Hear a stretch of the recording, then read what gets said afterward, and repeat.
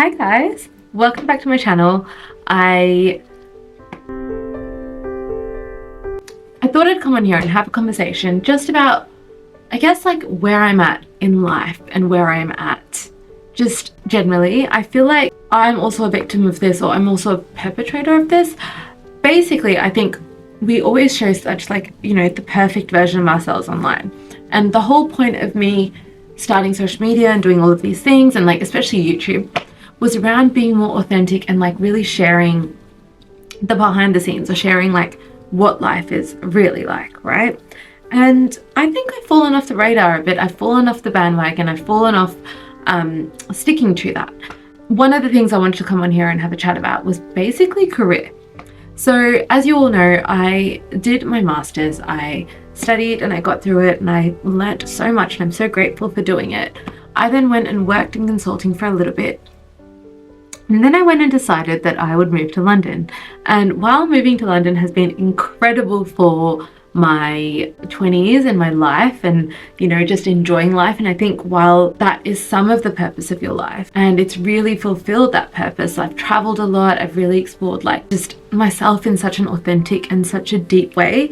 I've also challenged myself, right? Like I've also put myself in like in the deep end, you know, in a new country, learning everything. And look, in a new Western country where, you know, you've got the benefit of an English speaking country, your visa is a little bit easier than moving somewhere else, for example. You know, you've got a massive Australian community here. So I've got a lot of benefits, and I am very, very appreciative and grateful for all the privileges I have, basically. I also think for someone who's a physio looking to transition to more the corporate or management or, you know, operational side of healthcare, it's a bit of a nightmare. And I'll tell you exactly why. Firstly, I moved across on the Youth Mobility Scheme. If you don't know what that is, it's basically a 2 to 3 year visa that Aussies and I think Kiwis and a few other people get, that allows you to move to London and work and live here for 2 to 3 years. I moved with that, and a year in, I decided I'm going to stay here for longer.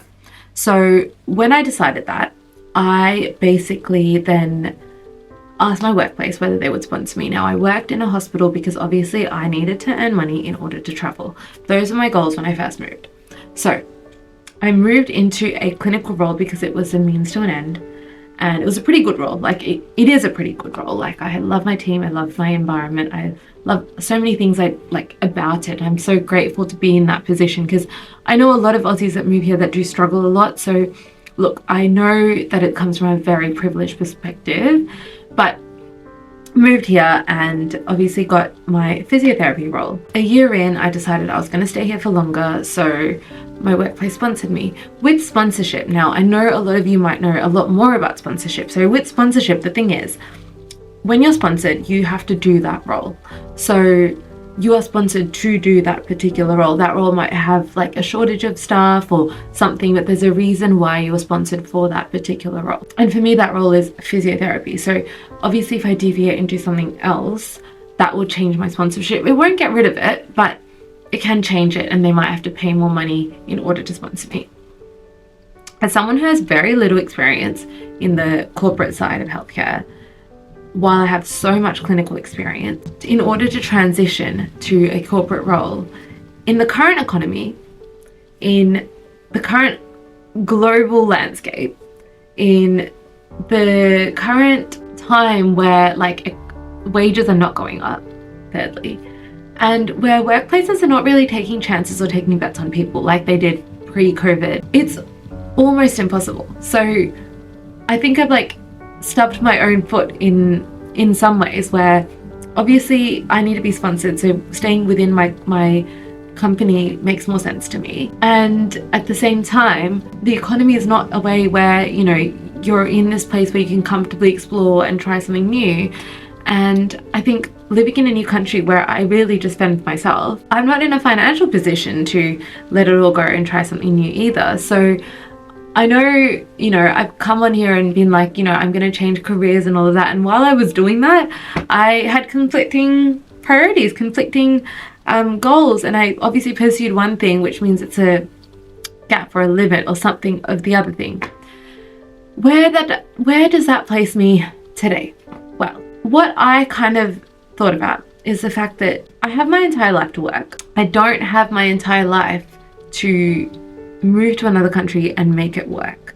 And what I mean by that is, yes, you can do that whenever, but if you're thinking ever to, like, you know, have kids or settle down somewhere, you're not as free as you are in your 20s being single.